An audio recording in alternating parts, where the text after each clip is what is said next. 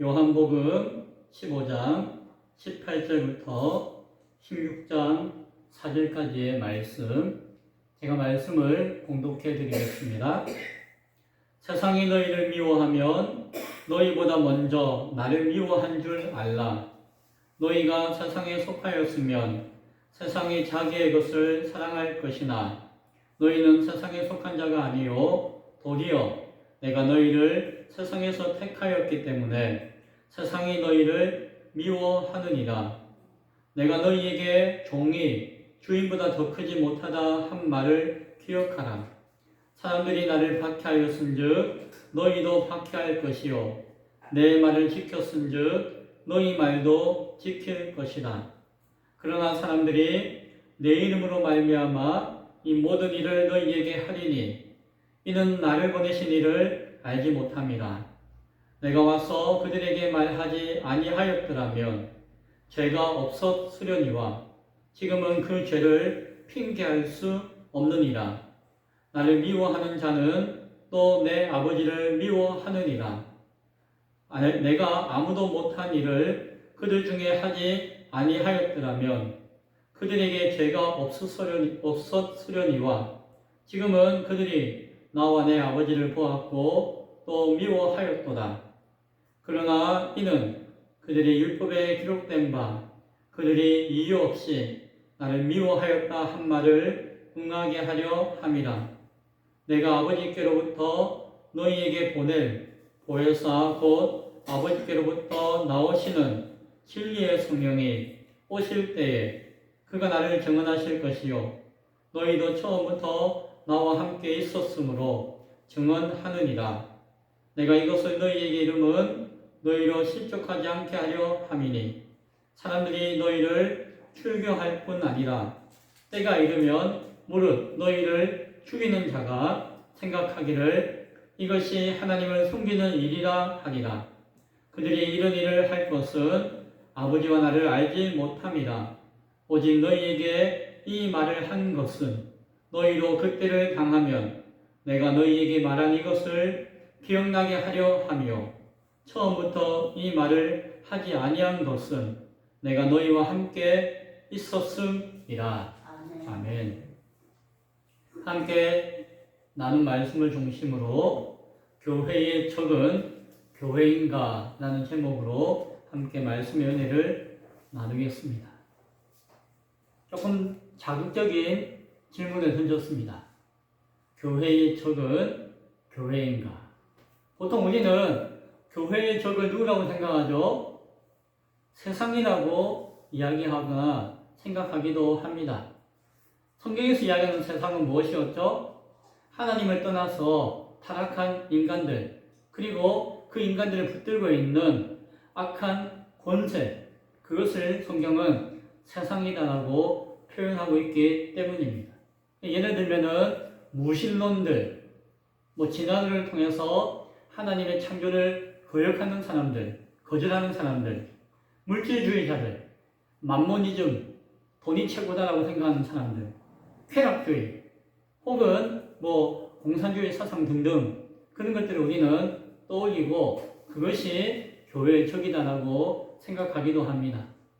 사도 요한이 경고하는 육신의 정욕, 안목의 정욕, 이 생의 자랑을 삶의 기준으로 삼고 있는 살아가는 그 모든 사람들과 그 삶을 또한 우리는 대적이라고 적이라고 생각하기도 합니다.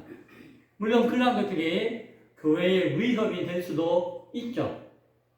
그러나 오늘 예수님께서 제자들에게 하신 말씀을 유심히 살펴보면은 교회를 가장 심각하게 공격하는 적으로 삼는 세력은 반드시 교회 밖에 있는 그것들만이 아니라는 사실을 바라보게 되어집니다. 예수님이 말씀하셨습니다. 16장 2절에 사람들이 너희를 출교할 뿐만이 아니라 때가 이르면은 무릇 너희를 죽이는 자가 생각하기를 이것이 하나님을 섬기는 일이라 말하리라 라고 말씀하죠. 놀랍게도 제자들을 핍박하는 사람들은 심지어 죽이는 자들은 결코 그들이 하나님을 대적하고 있다고 스스로 생각하지 않는다는 것이.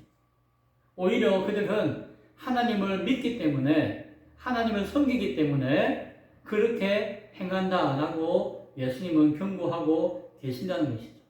이것이 참으로 이해할 수 없는 영적인 비극이다라고 할 수가 있을 것이에요.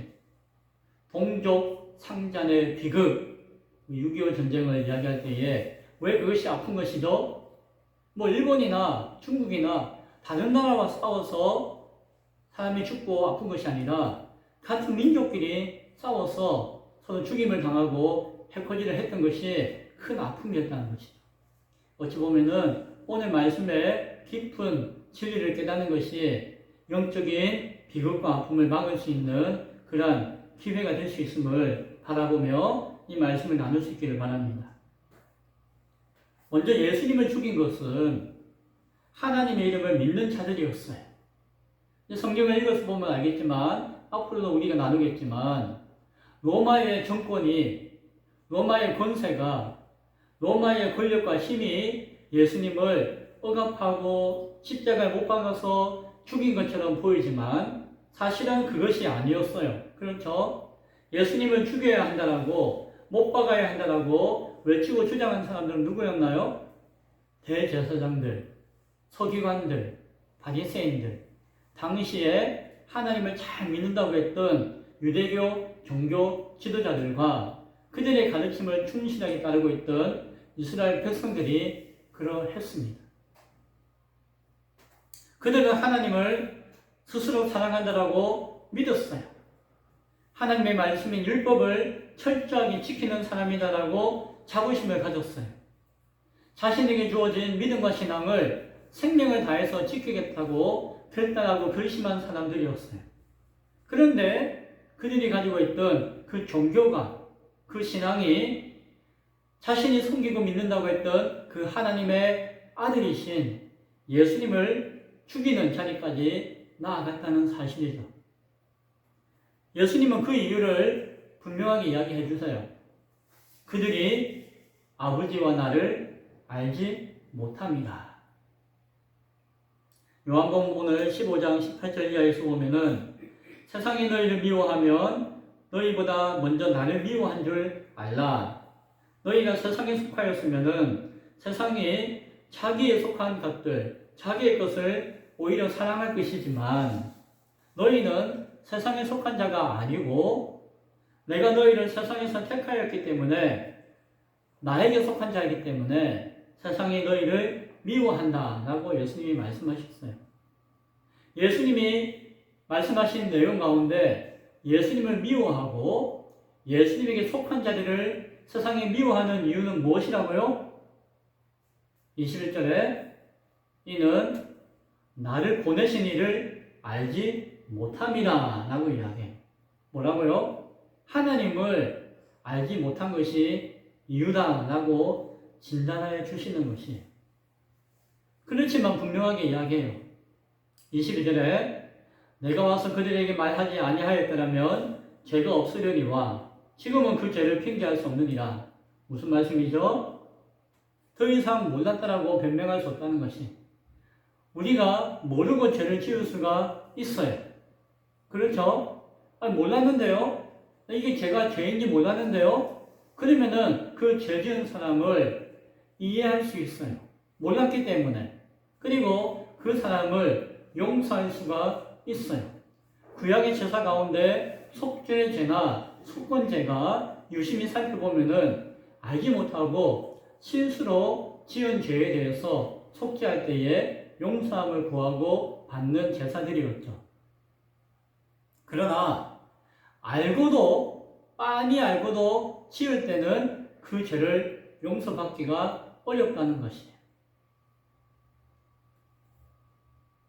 세상도 그러할진데 하물며 하나님을 가장 잘 알고 섬긴다고 자부했던 사람들이 하나님께서 말씀으로 이미 이야기해 주셨고 그리고 아들로 보내주신 그 예수님을 온전히 보여주셨지만 그럼에도 불구하고 하나님의 말씀인 성경을 달달달달 다 외울 정도로 찬양한다고 찬양했지만 그럼에도 불구하고 그 성경이 증언하고 있는 그리스도, 하나님이 보내신 예수를 미워하고 거부했다라고 하는 사실이에요. 따라서 그들은 핑계할 수가 있다 없다? 핑계할 수가 없다는 것이에요. 더 큰 정죄를 받게 될 것이라는 것이에요. 기독교라고 하는 종교가 하나의 종교가 되었죠. 그런데 그 기독교가 만약에 예수님을 잃어버린다면, 예수님을 놓쳐버린다면, 예수님을 뒤로 물려버린다면 하나님을 섬긴다라고 하는 이유 가운데 오히려 하나님을 대적할 수가 있다는 사실을 우리는 역사를 통해서 성경의 교훈을 통해서 우리는 분명하게 알 수가 있습니다. 무엇이에요? 하나님을 분명하게 알지 못한다면, 예수 그리스도를 온전히 믿지 못한다면, 예수 그리스도를 온전히 알지 못한다면, 예수 그리스도를 끝까지 붙들지 못한다면 아무리 모양은 그럴듯한 교회인 것처럼 보여도 무엇이다? 세상과 다를 바가 없다는 것이. 아니 오히려 세상보다도 더 못한 존재가 될 수 있다는 것이. 그래서 우리가 생각할 것은 두 번째로 교회의 가장 큰 적은 언제나 하나님의 뜻인 복음을 잃어버린 종교예요. 교회를 무너뜨리는 것은 아이고 이제 말세에 지진이 나니까 지진이 우르르 나면은 교회가 우르르 무너지기 때문이 아니에요. 교회를 무너뜨리는 것은 예수 그리스도의 복음을 잃어버리는 것 때문이에요. 성경을 보면은 교회를 향한 가장 두렵고 떨리는 강력한 경고의 말씀은 항상 교회 스스로를 향해 있는 것을 보게 되어져요. 거짓 교사들이 교회에서 날 것이다. 거짓 선지자들이 교회에서 날 것이다. 심지어는 적 그리스도가 교회 안에서 나갔다라고 성경은 끊임없이 우리에게 말씀해주고 있습니다. 사단 마귀가 종종 우리에게 핍박하는 자로, 박해하는 존재로 다가올 수가 있어요. 그러나 사단 마귀가 가장 위험할 때가 언제인 거 아니? 그럴듯한 신앙과 종교와 믿음의 모습으로 다가올 때,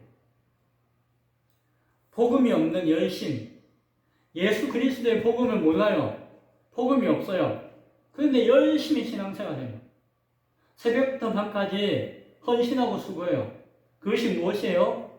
가장 위험할 수 있다는 것이. 복음이 없는데 새벽 기도를 수십 년 했습니다. 예수 그리스도가 없는데 내가 성경을 수백 번 읽었습니다.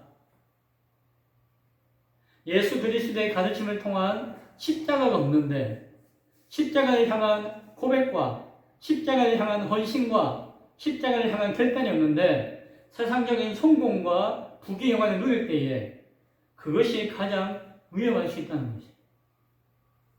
회개가 없는데, 자신의 죄에 대한 돌아봄이 없는데, 아픔이 없는데, 눈물이 없는데 내가 신앙에 성장했습니다.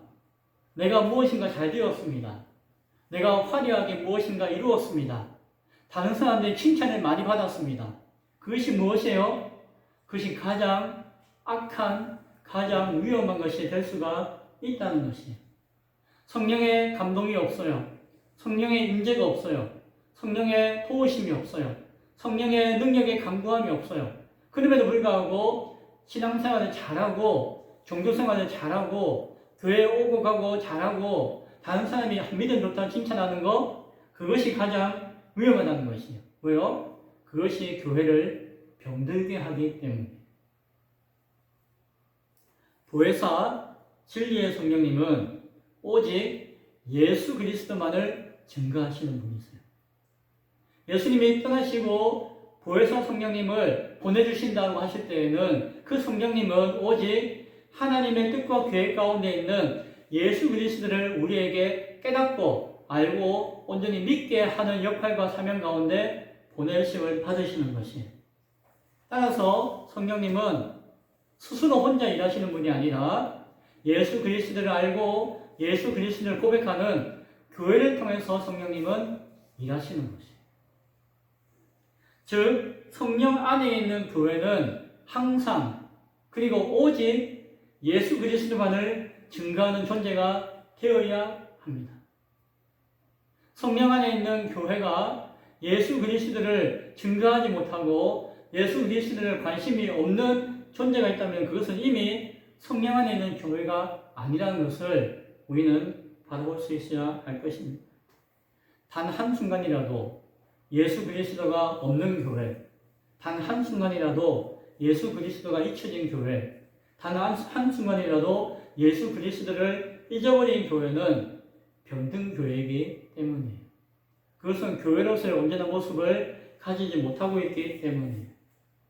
요한복음 15장 26절에서 27절에서 말씀합니다.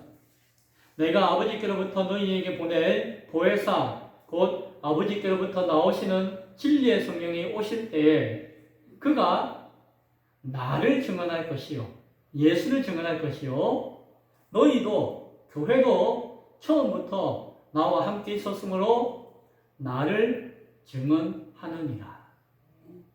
교회 가운데 성령이 임하시고 그 성령이 하시는 일은 예수를 증거하는 것일 때에 참된 교회는 성령이 임하시는 교회는 오직 예수를 증거하는 교회가 되어야 한다는 사실을 분명하게 말씀해 주고 있습니다.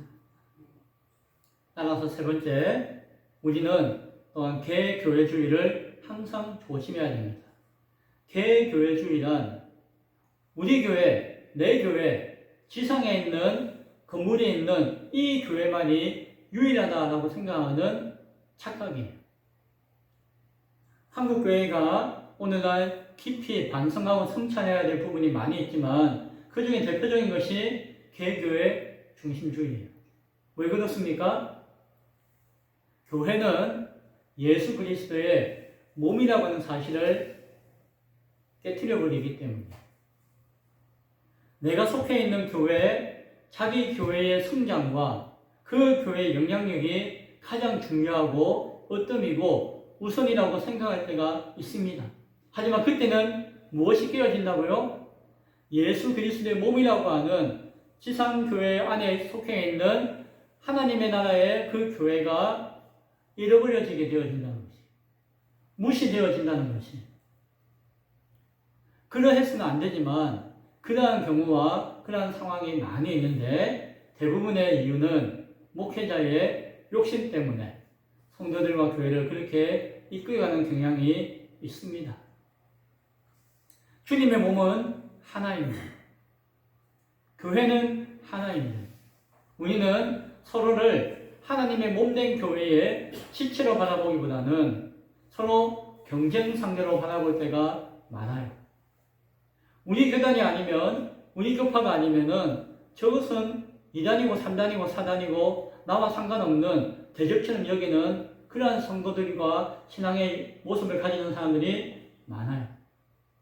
하나님은 그리스도를 통해서 교회를 여러 개의 왕국으로 세우지 않으셨어요. 그러나 많은 교회는 각자의 왕국을 그 교회 안에서 세우고자 하는 모습을 바라봅니다. 예수님은 한 몸으로 교회를 세우셨습니다. 한 성령 안에서, 한 믿음 안에서, 한 분 주님 안에서 부르시고 교회를 세우셨습니다. 교회가 자기의 이름을 높이기 시작할 때에 그리스도의 이름은 점점 사라지고 가려워지게 되는 것이에요. 교회가 자기의 조직과 자기의 어떤 구성원들을 지키고자 몰두할 때에 하나님의 나라는 그냥 옛날에 내가 생각했던 첫사랑의 추억과 같이 안연해지게 되어 있다는 것이에요. 어떤 교회가 그 교회 이름이 유명해져가지고 예수님보다 그 교회 이름이 더 유명해지고 앞서질 때에 어떤 교회 목사님의 이름이 아무개 목사하면은 예수님 이름보다도 더 유명해지고 더 앞서 나가는 상황이 되어질 때에 어떤 큰 교단이, 어떤 유명한 교단이 그 교단의 교세가 예수님의 능력보다, 예수님의 이름보다도 더 주목받고 더 유명해질 때에 우리는 그 교회와 그 목사와 그 교단을 조심해서 주의해서 바라보아야 하는 것입니다. 자신 교회에, 그 교회에 우리의 교회의 비전은 이렇습니다.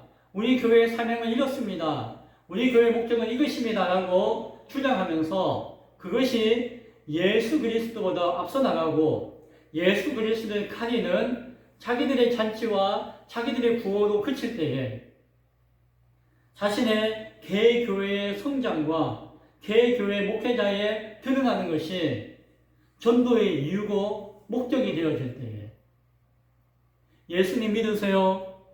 예수 믿고 천국 가세요. 비록 우리의 입술의 고백은 연약하고 부족하지만 그 안에 예수 그리스도를 자랑하고 예수 그리스도를 드러내고 예수 그리스도가 중심에서 고백되어지는 것이 아니라 단지 내가 속해 있는 교회, 내가 속해 있는 목사님, 내가 속해 있는 공동체를 위한 것이 되어지면은 그것은 온전한 전도가 온전한 교회를 바라봄이 아니라는 것입니다. 자기 교회만이 교회의 전부이고 다른 교회와의 관계와 연합의 이유를 깨닫지도 못하고 한 몸 되어진 교회 전체를 향한 소명과 사명을 온전히 바라보지 못한다면 우리는 그 교회는 예수 그리스도의 몸된 교회가 아니라 몸된 존재가 아니라 몸을 병들게 하는 존재, 몸 안에 속해 있으나 몸을 병들게 하는 암과 같은 존재가 될 수 있음을 우리는 잘 기억해야 할 것입니다. 따라서 네 번째, 참된 교회는 끊임없이 자신을 기억할 수 있어야 됩니다. 자신을 변화시킬 수 있어야 한다는 것입니다. 우리 개신교는 종교개혁자들이 개혁을 통해서 새롭게 변화시킨 교회예요. 종교예요. 이전에 가톨릭이든 이전에 천주교든 어떤 이름을 부르든 간에 옛 교회가 하나님을 잃어버리고 그리스도를 잃어버리고 자신의 개의 교회에 인간의 종교를 우선시할 때에 그것이 하나님 앞에 타락하고 범죄하고 악한 것이라는 사실을 깨닫고 말씀과 성경과 예수 그리스도 앞으로 새롭게 되고자 했던 것이 종교개혁자들의 애씀이고 노력이었고 그렇게 개혁된 교회가 오늘 개신교 우리들의 모습이에요. 교회를 더욱 교회답게 만들기 위해 뼈를 깎는 아픔으로 생명을 내어놓는 헌신과 순교자의 자세로 교회를 지켰기에 교회는 새롭게 될 수가 있었습니다. 그러나 그 참교회는 항상 스스로를 향해서 질문할 수 있어야 돼요. 우리는 오늘도 여전히 예수 그리스도가 중심에 있는가? 우리는 오늘도 여전히 예수 그리스도의 그 복음을 듣고 그 복음을 붙들고 있는가? 우리는 오늘도 여전히 성령의 음성을 듣고 성령의 임재하심을 구하며 성령께서 증가하시는 예수 그리스도를 증가하는 삶을 살아가고 있는가? 교회가 이러한 질문을 멈추는 순간 위험해지는 것입니다. 또다시 그 옛 타락한 교회로 돌아갈 수 있다는 것입니다. 교회라는 그 이름만으로 교회는 안전한 것이 아닙니다. 역사를 통해서 우리는 분명하게 보았고 역사를 통해서 우리는 분명하게 깨달을 수가 있는 것이 교회의 평안과 안전은 전통에 있지 않아요. 어느덧 우리 개신교회도 수백 년의 전통이 쌓였어요. 그러나 아무리 훌륭한 신학적인 전통이 있다 할지라도 그것이 전부가 아니라는 것입니다. 최고의 장자 교단, 큰 교단에 속해 있다 하더라도 그것이 전부가 아니라는 것입니다. 거대한 조직과 규모의 참된 본질이 있는 것이 아니라는 것입니다. 오직 그리스도 예수의 사랑 안에 거하는 것이에요. 그 안에 머무는 것이고 그 속에 끝까지 붙들려 있는 것이고 그 안에 붙들고 있는 것이 16장 1, 2절에 예수님께서 분명하게 경고해주고 계십니다. 내가 이것을 너희에게 이름은 너희로 실족하지 않게 하려 합니다. 제자들이 믿음을 잃어버리거나 믿음에서 떨어지거나 넘어지거나 하지 않기 위해서 내가 분명하게 이야기한다는 것이에요. 사람들이 너희를 출교할 뿐만 아니라 때가 이르면 무릇 너희를 죽이는 자가 생각하기를 이것이 하나님을 섬기는 일이라고 한다는 것이에요. 언젠가 때가 되어지면 물론 작게 생각하면은 예수님 당시의 사건일 수도 있겠지만 넓게 생각하면은 교회 역사 가운데 오늘날 우리 가운데 주어지는 사건이 될 수가 있다는 사실이에요. 하나님을 섬긴다라고 하는 이유 때문에 오히려 참된 믿음의 사람들을 쫓아내거나 심지어 하나님을 섬기기 때문에 너희를 죽이겠다라고 하는 사람들이 있을 수 있다는 것이죠. 반드시 있다는 것이죠. 그리고 그러한 현상의 그러한 모습의 이유가 무엇이라고요? 16장 3절에 그들이 이런 일을 할 것은 아버지와 나를 알지 못함이라. 하나님을 잘 섬긴다고 하지만 하나님을 모르고 섬길 수가 있다는 것이죠. 근데 그것이 나중에는 큰 문제가 될 수가 있다는 사실입니다. 언제라도 이유 없이 증오와 부당한 공격이 교회 안에 교회를 통해서 교회에게 가해질 수가 있다는 것이죠. 아마 그것은 역사 가운데도 있었고 앞으로 마지막 때가 되어지면 되어질수록 그러한 상황이 올 수도 있을지 모르겠습니다. 교회가 예수 그리스도를 잃어버릴 때에, 교회가 예수 그리스도를 알지 못할 때에, 교회가 예수 그리스도와 상관없이 종교와 신앙과 조직과 사람으로 가득 차 있을 때에 예수 그리스도를 향한 아버지 하나님의 뜻을 망각해버릴 때에 바로 그러한 사건이, 그러한 역사가 나타날 수가 있음을 잘 기억할 수 있기 바랍니다. 말씀을 맺고자 합니다. 이제 처음 질문을 다시 해봅니다. 교회의 적은 교회일까요? 엄밀히 이야기하면 아니에요. 참된 그리스도의 몸된 교회는 결코 교회의 적이 될 수가 없습니다. 그러나 교회가 그리스도를 떠나는 경우, 교회와 단순히 인간적인 종교 조직과 형태만 남아있게 될 경우, 그리스도를 믿는다고 하지만은 자기의 욕심과 야망과 뜻 가운데 뒤바뀌어서 앞세우는 경우, 그 교회는 그리스도의 복음을 방해하는 걸림돌이 되어질 것이에요. 교회가 교회답지 못할 때에, 교회가 타락할 때에 세상은 교회를 신뢰하지 못하고, 세상은 교회를 바라보지 못하고, 세상은 교회에 있는 참된 진리이신 그리스도를 잃어버리게 될 것이에요. 오히려 교회가 세상을 향해서 그리스도를 가리우는 그러한 병든 방해꾼이 될 수가 있음을 생각해야 할 것입니다. 예수님은 제자들에게 이야기해요. 세상이 교회를 미워할 것이다. 그럴 수 있죠.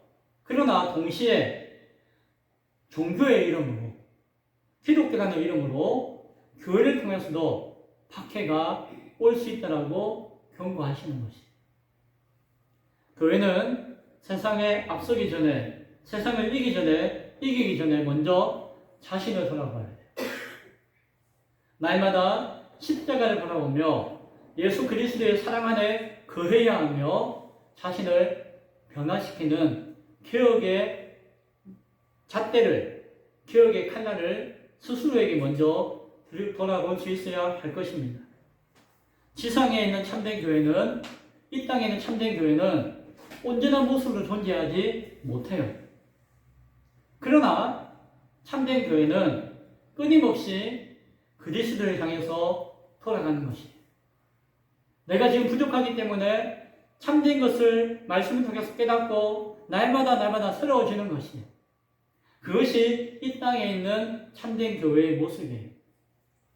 오늘도 성령께서 우리를 말씀과 진리 가운데로 인도하시고 오직 예수 그리스도만 높이는, 예수 그리스도가 우리 삶의 주인이 되시며 예수 그리스도를 온전히 깨닫고 고백할 수 있는 참된 교회로 세워줄 수 있기를 간절히 축원드립니다. 기도하겠습니다.